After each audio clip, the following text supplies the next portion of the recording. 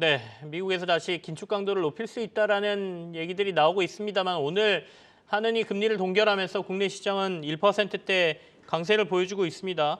상승폭이 조금 줄어들긴 했는데요. 그래도 강세를 보이고 있다는 점에서 의미를 좀 찾아야 되겠죠.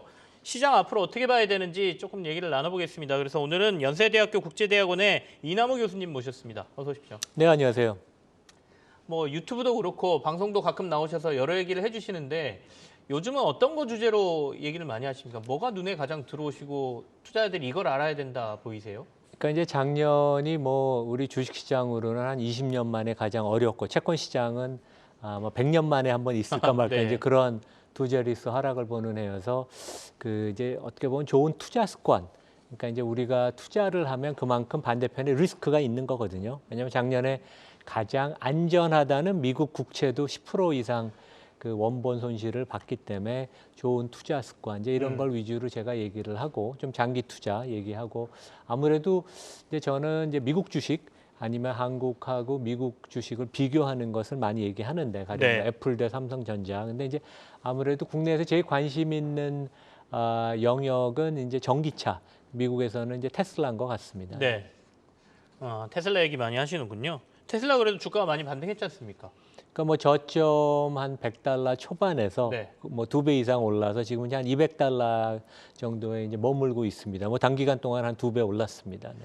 요즘 테슬라가 뭐 자동차 판매 가격을 낮춰서 이게 전기차 업종의 치킨 게임이 될 거다라는 전망들이 있던데 거기에 동의를 하세요? 아니면 다른 생각을 좀 갖고 계세요? 그러니까 이렇게 그 자동차 회사가 다이나믹하게 실시간 프라이싱을 한 적은 한 번도 없거든요. 특히 이제 그렇죠. 보통 네. 자동차 회사는 그 유통 채널, 그러니까 이제 그 대리점을 통해서 판매를 하고 특히 이제 미국 같은 데는 독립적인 대리점들이 파워가 막강해서 인센티브도 주고 이제 디스카운트도 해주고 이제 그러는데 그쪽 마진을 줄여서 이익을 늘리거나 예, 예. 줄이거나 이랬지 예, 가격 예. 자체를 예, 통제하지는 그렇죠. 않았었죠. 그리고 이제 실제 테슬라가 이제 그러한 유통망을 제거해서 고객한테 돌려주고 이제 자기네 수익성으로 나타났는데 어떻게 보면 뭐 알고리즘을 활용해서 물론 최종 결정은 경영진이 일론 머스크의 승인을 받아서 하겠지만 되게 뭐 이번에는 그 잠재된 수요를 부추겼고 그다음에 다른 기존의 전통업체들이 전기차를 양산하는데 거기에 이제 가격을 15% 20% 인하해서 실제 그 전쟁 싸움을 부추기는데 얼만큼 그쪽이 취약한지 왜냐하면 그쪽 가령 포드의 150 라이트닝 이런데 아니면 머스탕 마크 2에 주문했던 고객들이 테슬라가 15% 20% 가격 낮추니까 여길 취소하고 일로 옮겨갔거든요. 그래서 그만큼 상대적인 그 브랜드의 파워 이런 걸 보여줬고 오히려 최근에는 가격을 미국에서는 다시 조금 올리는 그런 네. 양상을 보이고 자기네가 두 자릿수의 마진을 계속 확보할 수 있다는 그런 자신감의 표현이기도 합니다. 예.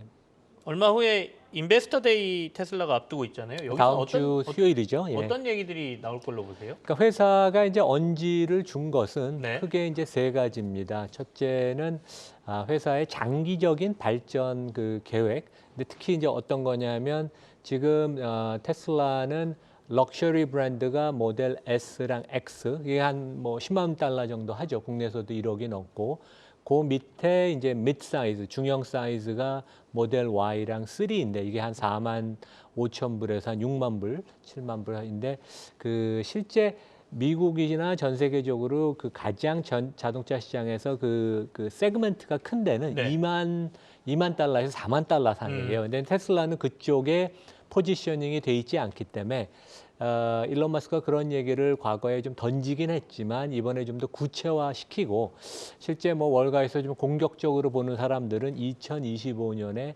차가 출하될 수 있다 그런 얘기도 하는데 월가의 애널리스트들은 그래도 좀 보수적으로 2025년까지 포캐스트 전망에는 없습니다. 이제 그게 하나고 두 번째는 이제 자본 배치. 네. 그러니까 왜냐하면 잉여 현금 흐름이라고 이제 회사가 그 돈을 번 거 현금 흐름에서 설비 투자를 뺀 돈이니까 그 돈은 이제 주주를 위해서 다 쓸 수 있는데 그게 향후 3년 동안 한 50조 원 넘게 테슬라가 벌 것입니다. 그러면 그 돈을 어떻게 활용을 할 것인가. 뭐 주주한테 배당을 준다거나 뭐 소각한다거나 이런 게 배당을 나올까요? 할 가능성은 없으니까 이제 계속 성장을 투자해야 하니까 이제 되니까. 자사주 매입을 한다는 얘기가 좀 나왔고 어, 어디에 좀 더 투자를 많이 하는지 이제 그런 거가 있고 아마 마지막으로 이제 이번에 가격 인하를 한 후 마진이 좀 많이 축소되는 거 아닌가 이제 그런 걱정을 주주들 투자가들이 하는데 이제 그런 부분에 관해서 좀 얘기를 할 것으로 네. 상당히 좀 관심이 많고 상당히 기대가 되는 그러니까 다음 주 수요일 날 이제 행사입니다. 네. 알겠습니다.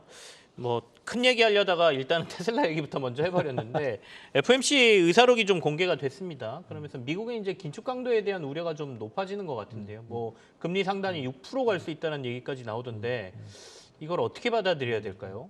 그러니까 실제 그 의사록을 좀 꼼꼼히 따져보면 네. 그렇게 놀랄 만한 내용은 없어요. 그래서 음. 어제 뭐 발표된 후 채권 시장이나 주식 시장도 약간의 변동성은 보였지만 어느 한쪽으로 이렇게 쏠림이 있지는 않았죠. 오히려 이제 그동안 주식 채권 시장 다 너무 우리가 앞서갔던 게 아닌가. 그래서 이제 그 하반기가 되면 어느 시점에 연준이 이제 인플레이션이 꺾이니까 금리를 그 낮추는 게 아닌가. 이제 너무 어떻게 보면 좀 안일한 그런 시각이 있었던 거고 그것에 대한 경고성 발언들은 연준 멤버들이 개별적으로도 했고 이번 의사록에서 우리가 확실히 2%의 인플레를 잡을 때까지는 네네. 강력하게 지속적으로 금리를 인상 내지 유지할 것이다. 그래서 제 생각에는 한 5% 중반대 정도 보는 것은 합리적인데 물론 이제 뭐 매파인 사람들은 6%까지 얘기는 할 수 있겠지만 그거는 좀 너무 공격적인 거고 큰 그림은 여전히 인플레이션은 꺾였다. 하지만 둔화 속도가 빠른 것은 아니고 여기서 천천히 되고 그다음에 이제 스티키한 그런 잘 떨어지지 않는 부분들이 여전히 많아서 너무 이제 좀 낙관적으로 인플레이션을 보는 것에 대한 경계 그런 그 표현이 있었다고 생각이 됩니다. 생각보다 둔화 속도가 너무 느리다라는 느낌도 있는 것 같은데요. 당장 3월에 그러면 빅스텝에 대한 얘기들이 있지 않습니까? 조금씩 가능성이 이렇게 올라오던데요.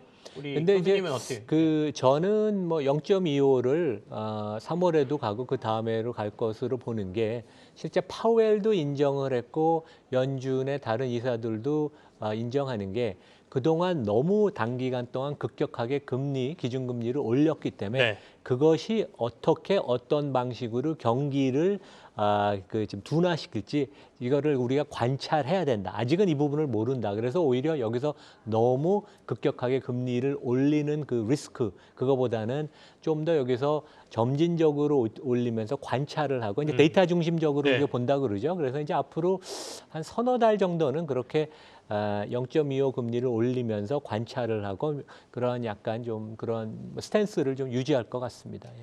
지난번 나오셨을 때 제가 기억하는 우리 이남우 교수님께서 해주셨던 얘기 중에 외국인들이 국내 증시로 그때 뭐 1월 꽤 많이 들어왔대. 1월, 2월 꽤 외국인들 들어올 때 아직 본격적으로 들어오지도 않았다라는 말씀하신 거 제가 기억하고 있거든요. 근데 지금 원달러 환율이 1,300원 위로 쓱 올라와 버렸단 말이죠. 그래도 외국인들의 매수가 끊기지 않고 지속해서 들어올 가능성이 높다라고 보고 계세요. 그러니까 지금 뭐 1월, 2월에 지난주에는 좀 약간 모멘텀이 꺾였지만 한 9조 원, 10조 원 가까이 돈이 들어오고 우리가 이제 뭐 한국만 놓고 보는 것은 조금 약간 우물한 개구리 같고 그러면 네. 이제 이머징 마켓의 제일 큰 국가인 중국. 그러니까 이머징 마켓에서 비중이 중국이 33%, 한국이 11%거든요. 우리의 3배인데 중국은 한 25조 원 들어왔습니다. 그래서 한국만 들어온 게 아니라 네네. 이머징 마켓으로 돈이 많이 들어왔고 그다음에 이제 기계 주문 그런 알고 트레이딩을 하는 그런 헤지 펀드들 주문도 많이 들어와서 여기까지 온 것인데 어제 이제 제가 전 세계에서 가장 큰 미국계 펀드의 글로벌 펀드 매니저 5분을 만났어요. 근데 이분 중에 대부분은 5년, 10년 동안 한국을 방문 안 했던 사람입니다. 아, 다 한국에 들어오셔서 만난 거예요? 그럼요. 네. 이제 한국에 이제 기업 방문을 하고 이제 전문가 만나서 이제 관찰을 하는데 어느 기업 방문했는지는 뭐 말씀 그거는 못 해주시죠? 저도 모르고 이제 네. 뭐 제가 뭐 그 알아도 얘기를 하긴 좀 그렇죠. 근데 그 이분들이 5년 10년 동안 한국을 방문 안 한 건 한국은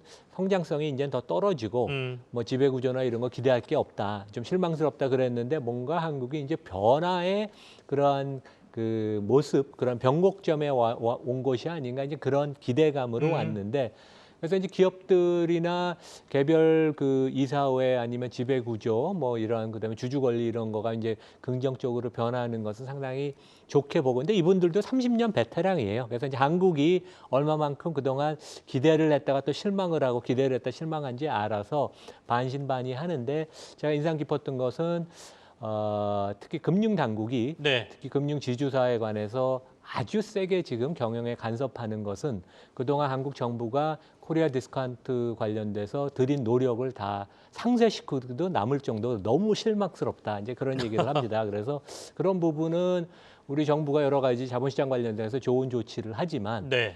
상장사 민간 기업은 또 자율적으로 경영을 해야 돼서 물론 감시는 해야 되겠지만 이제 그런 부분이 우리가 이러한 긍정적인 개별 기업의 아니면 최근에 공개 매수나 이런 긍정적인 변화도 있지만 또 너무 관치가 심하면 그 코리아 디스카운트가 오히려 확대가 됩니다. 이제 그런 점을 우리가 알고 최근에 이제 알겠습니다. 주가들은 그런 모습을 좀 보였죠. 예.